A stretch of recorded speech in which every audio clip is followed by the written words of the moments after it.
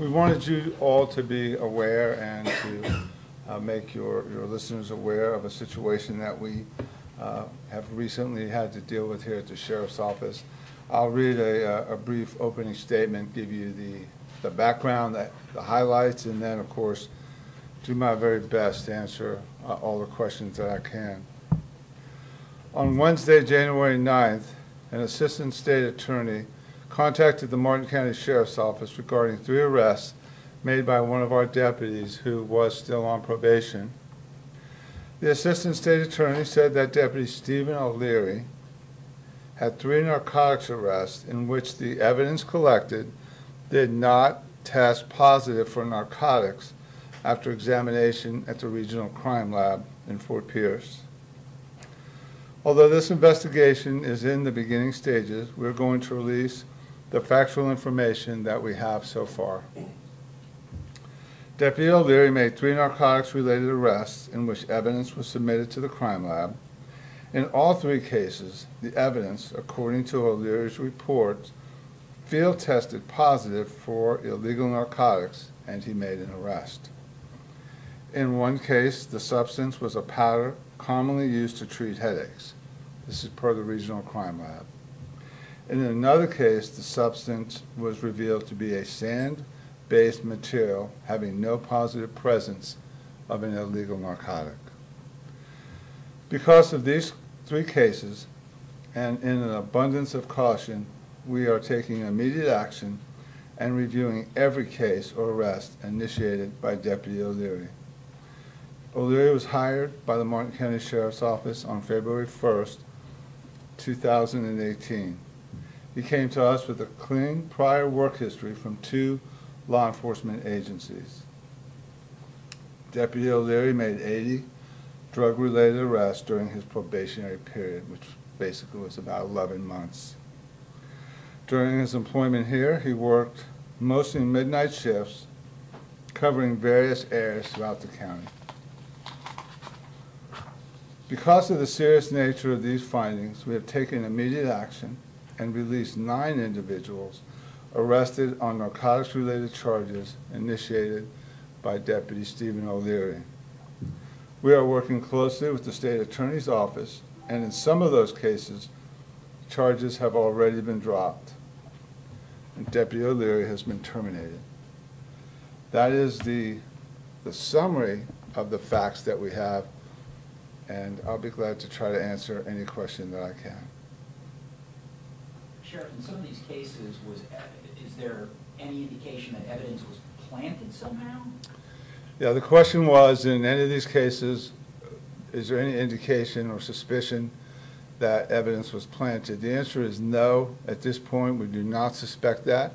Obviously, we can't rule out anything, but it does not appear after looking at beginning to look at the 80-some-odd cases that any evidence was planted.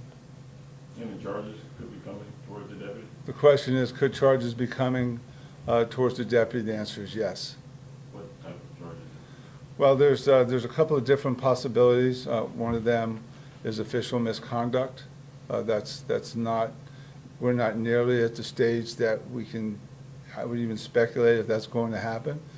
But I personally have spoken with the Chief Assistant State Attorney here in our district, and if there was an arrest, that would be the charge. Why do you think he did this? Yeah, the question is, why do we think he did this? I would be venturing into speculation.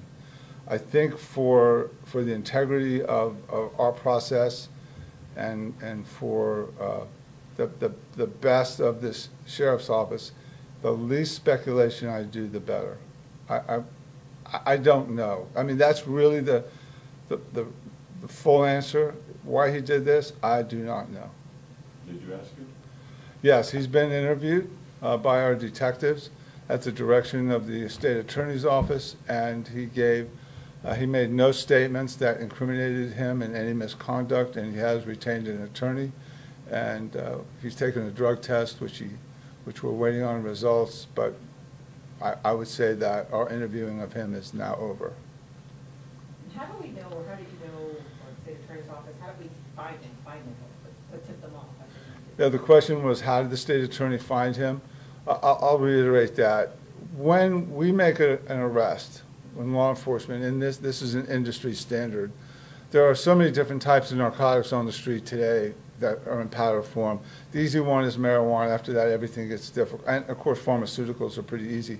After that, it gets difficult because heroin is powdered, cocaine is powdered, methamphetamine is powdered, and then they can take legal pills and powder them. So when a deputy comes across someone who has a substance that he or she would suspect could be narcotics based on the totality of circumstances, based on the packaging, based on the activities of the person with the powder, what they do is what we call a field test. We have several different types of field tests, and without getting into the real specifics, they're designed to tell us if the powder we're testing is narcotics. It's known as a presumptive test. It's not evidence in court. It just gives us enough probable cause to make an arrest. So your question is, how do we find out? Once we have a presumptive, we make an arrest, and we submit it to the regional crime lab in Fort Pierce, then their job would be to analyze it for court and tell us, yeah, that tests conclusively for cocaine, heroin, methamphetamine. 3 of his submissions, which are the only 3 we know about so far, came back with no illegal substances. So what he would have said in his report is that he came across a powdered substance under suspicious circumstances, did a field test, which is just a little vial, they pop it, they put a sample in, turns the right color, does whatever it's supposed to do, and it's a presumptive illegal narcotic. He would have made the arrest at that point, submitted it to the crime lab. They would have analyzed it and then given us the results. So 3 of them came back, as I've already said, with no narcotics. Though he said it tested positive in the field. Yeah, your question was, though he said it tested positive in the field. Absolutely. We're going through a mountain of incident reports which we're going to make public record, and in there you'll see his verbiage where he says, I discovered a powdered substance, I tested it, it presumptively shows as being whatever, fill in the blank, it was cocaine or heroin. How do we know it's not a matter of whatever he was using to test the substance was faulty? How do we know that it was him? That's really an important question, which is, how do we know it's not the test kits that are faulty? And we don't know that at this point. We're trying to look at every angle, at his training, at his field training experience. It does not appear to us at this point that that will be the answer. There's too many cases. And some of the substances, and everything is going to be released, some of the substances that he indicated were drugs are just very questionable. So, say that one of these people who were arrested, they're told, you know, just making this up, of course, but, you know, in the field, you know, sir, ma'am, I found a bag of methamphetamine in your car, I'm arresting you. Surely these people knew they did not have this substance in their car. Did, like, their pressure by any means also spark an investigation? Because I would imagine if someone's in jail, knowing that they didn't have a drug on them, there would be some pressure there. Well, it's a complex, it's a detailed question, but I think the essence of your question is, if people were being arrested for something that wasn't narcotics, we would have expected them to come in and complain. And in fact, you would expect that. There were no complaints. We did have a conference today with the state attorney's office, the chief assistant, and our chief assistant for this county. And I think my understanding is that one defendant is proffering that that the substance was in fact not narcotics. But we've already had people pleading guilty to possession of narcotics, and we have pulled every drug evidence sample that he has turned in since he's been here, and every one of it is already out of here and at the regional crime lab. So we'll know in almost 80 of his cases exactly what substances there were. Why might someone plead guilty if there wasn't a substance? Yeah, why might someone plead guilty? I want to be really careful. We know at least 3 people that were arrested, and it wasn't narcotics, so I want to be careful to their reputations. But I'm not sure that anybody who's arrested has not already been arrested, in some cases multiple times. And I would be speculating on to why they would plead guilty. Could he have switched it out? The question is, could he have switched it out? And nothing we have now rules that out, but I think once you take a look at the incident reports, his statements, the way he wrote the reports, that does not appear to have been the case. It just doesn't. Sheriff, when were the 9 individuals released? Were they released all at once or over a period of time? 8 were released as soon as this came to light, and we got the state attorney first called Captain Budenseek on Wednesday. He got to work on it Thursday. By Friday, we released 8 people, and the next day we released another one. The releases are not as simple as they seem, because some of these people had ICE detainers. Some of them had warrants from other places, so we had to work through legitimately getting them out of jail. But our goal now is to evaluate every single case, and whoever had sanctions, if it turns out that they weren't drugs, my chief legal advisor has already said he's willing to try to help them begin to undo the record. So we'll do everything we can to make this as right as we possibly can. So we understand, Sheriff, that this was a deputy on probation. And again, I know you don't want to speculate a lot. Did this deputy perhaps feel that he had to make a certain number of drug arrests? How does this work in terms of, are your men and women out on the streets told at any point, you need to make X number of drug arrests per month or something? That's an excellent question, which basically distills down to that: do we put any pressure on our deputies for quotas? Do we push them to make arrests? The answer is unequivocally no. And I assume that you would ask this question. Every single deputy out there has an enormous amount of discretion, and they all have their own patrol styles. Some deputies are traffic oriented and spend as much patrol time as they can up enforcing traffic laws. Some are very astute, very careful to watch their, they may work in an area where there's warehouses. They spend time back making sure the warehouses are broken into. And some deputies focus on narcotics. We believe here that narcotics is one of the primary roots of so much of our crime problem in Martin County. In this particular case, we did have a zealous deputy who was making numerous drug arrests, but we never ever emphasize arrests. We don't write evaluations based on arrests or tickets or any kind of a quota, because this is exactly what could happen. So my conscience is clear. We don't do that. Now, obviously, a deputy who thinks, I'd like to be in narcotics, is probably more prone to looking for narcotics arrests than a deputy, say, who thinks, I think I want to be a detective, and they may spend more time in neighborhoods looking for suspicious cars that could be doing burglaries. It's very hard to characterize every deputy with any specific similarity. They're just all different. Did Mr. O'Leary make it clear to anybody that he was interested in narcotics in particular or anything like that?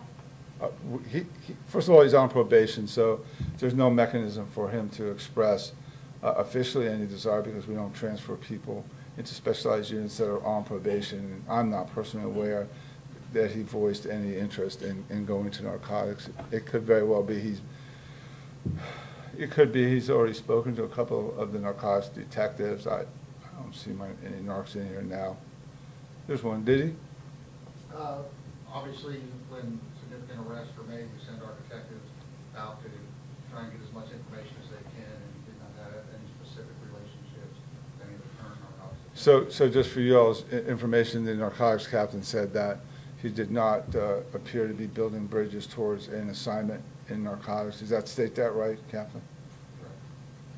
Sure, so just to get this right in my head, this deputy comes to work, he makes an arrest of someone he believes or suspects has narcotics, tests it, sends it to the lab, and he goes on about doing his business, right? Now, the people who be arrested, do they have criminal backgrounds? Was it maybe, you can't speculate, was he thinking, okay, if they didn't have it this time, they may have it next time? I'm just trying to figure out, why would someone do something like that? Yeah, your question is why.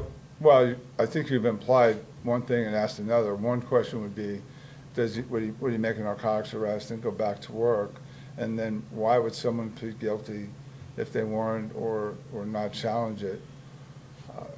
I just don't know. I can't say why somebody, and we know one case that they have, and I want to be careful too, but some of the names I've heard, and I'm not talking about all of them, some of the people that he's arrested have repeatedly been arrested for narcotics possession. Was Deputy O'Leary, like assigned to a certain area? Was he making all the arrests in one community or one neighborhood? Was there any kind of trend in the, aside from the criminal history, but in the kinds of people or the community that he was making these arrests? Right, your question is, was he assigned to one area and was he making most of the arrests in one area? He was working multiple areas because he was volunteer for overtime duty, and so, but he would have a normal patrol zone. And I think implied in your question, I'm going to just answer it. There is absolutely no ethnic, racial, or gender issue that sticks out. This was across the board, all races, all genders. It doesn't. Thankfully, at least that's one thing we're not dealing with. Sheriff, you said he was still on a probationary period. Would that period have ended at the one-year anniversary? And if so, would it have been much harder to terminate him at that point? Yeah, that's a good question. He was 11 months into his probation. Your question is, if he had made probation, would it have been harder? Yeah, the process to terminate his employment would have been a little more complex. But he's on probation, so he's not afforded the civil service protection of somebody who's already made probation. Of those 9 people who you said were released, how long had they been in there? Or what was the longest time someone had been sitting in jail and really not even supposed to be there? Yeah, the question is, what's the how long had the people been in there and who was there the longest? I don't know the answer, but it's all public record and we can get you that answer. As far as I'm concerned, 5 minutes was too long. I mean, the longer it was, the more egregious it is. Sure.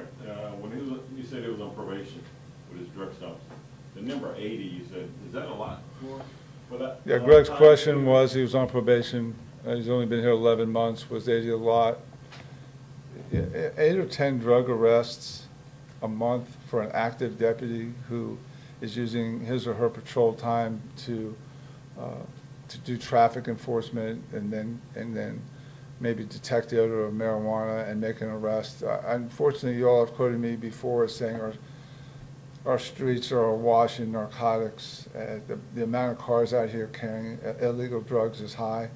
It's a lot of arrests, Greg, but it's not so much that it would have triggered our concern. You could make a good deputy working hard, using their patrol time to go out there and interfere in the drug trade. You could easily make that many arrests without raising any caution flags here. Sheriff, is this the first time you've had to terminate a deputy? Is this the first time I've had a terminated deputy? No, I've terminated other deputies.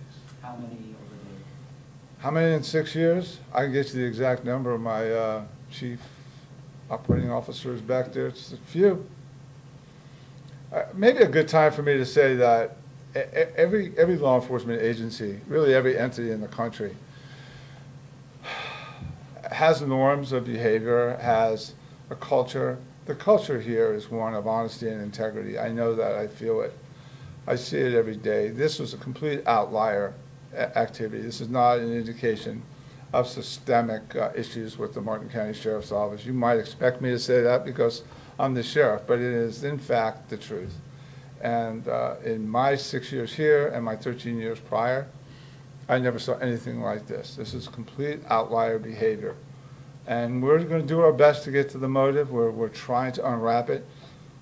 My detective lieutenant has 6 or 7 of his detectives working full time. When I say we're going over every report, we're reading every single word that Deputy O'Leary has written since he's been here, every incident report, every property and evidence report, and every arrest affidavit, and everything in between. We're looking for a pattern, and we're trying to get into his mind and find out exactly what happened. Just for particulars, so he pulls someone over. Talk us through how he would know if he's pulling someone over who has a drug use history. Like, how would he know, like, oh, this is someone that maybe wouldn't question Right. if I think is guilty? Yeah, that's a good question. When he pulls somebody over, and for that matter, when any deputy pulls somebody over, how would they know to even begin to look for narcotics? It's a lot of it is instinct. A lot of it is experience. Some of it has to do with time of day. Some of it has to do with the cumulative circumstances of the stop. It might be the condition of the driver. If the driver seems to have glassy eyes, perhaps but maybe not be no smell of alcohol. It could be the nervousness of the driver. It could be the activities of the passenger. You go to stop a car and you see, you know, passengers looking around, and so there's a whole lot of reasons that go into. The vast majority of his stops did not involve narcotics. I mean, he made a lot of stops. He was involved in a lot of cases. Not, it was only a small percentage of them that would have resulted in arrest. So, you know, you're asking me to give you a whole crash course on figuring out how to find drugs in cars. I can't do that in this venue, but suffice it to say that it's a lot of factors happening fast, and it's up to the deputy to decipher what's going on. Some deputies never make narcotics arrests. They just don't have it. Some have an instinct for it. There's a lot in between. Can he look up someone's criminal background before he approaches their vehicle? Sure, yeah. The question is, can he look up their background? Yes, he can. Yes, he can check to see if they have a criminal past. Sheriff, regarding the 3 arrests in particular, were they at the same time, in the same location, or spread out through his probationary period? Yeah, with the 3 arrests at the same time or spread out, I don't know the answer. I'll get you the answer. Were most of them by themselves, or when he made the arrest? The few that I have a lot of detail about, there were other people in the car. Oftentimes there was a backup deputy, which is very common. Another deputy will come by while one deputy searches. So, and it was all done right out there in, you know, the light of day. Obviously, some of these were at nighttime, but just, yeah. I'm as bewildered as you all are. Do we have Deputy O'Leary's age by any chance? How old is he? We're going to give you today, I think we're releasing his personnel file that has been redacted, his training file, and his internal affairs file, so you'll have his age. Oh. At my age, I stopped guessing ages. Everyone looks very young to me. And Sheriff, you mentioned that you're going through every report that the deputy was involved in. Is there anything you're going to do, pulling back from like a broad brush perspective in terms of narcotics deputy training, anything different? Yeah, there's a good question. Are we looking at any policy changes, or a couple of things we're really looking at is the involvement of supervisors and their responsibility to take a quick look at the evidence packaging. And sometimes it's hard because they will package, the deputy will package it in the package they found it in because it's part of the evidence. It makes it hard for the supervisor to see. So we're looking at that, and we're looking at our test kit. Those are the 2 areas. But our system works. We make cases. We get very few rejects from the state attorney's office. And look, on occasion, we'll get a presumptive that turns out not to be right. And you know, it's not an exact science, but the overwhelming amount of times, a presumptive, in other words, they pop the vial, they've checked it, turns the right color, it turns out to be drugs. This is extremely unusual. And I guess, how do you feel having to stand in front of us and talk about this for half an hour? How do I feel standing in front of you? You can well imagine. My comfort zone is to talk about that we've apprehended a burglar or, you know, terminated a chase from another county. I'm the sheriff of this county. The final responsibility rests with me. No hiring takes place without me signing off on it. Nobody makes probation without me signing off on it. And so finally, the ultimate responsibility for this rests with me, and I'm accountable to the voters of this county. As uncomfortable as I am having to try to explain the actions of one of my deputies, I'm much more comfortable doing this in the light of day. I'm comfortable with the fact that we released the information. I'm comfortable with the fact that the moment we knew something was wrong, we moved as fast as we could to mitigate the damage. We'll never be able to fully put every piece of this back together, but we'll learn from what we did, we'll move forward, and we'll be a stronger sheriff's office as a result. And I think with that, thank you all so much for coming.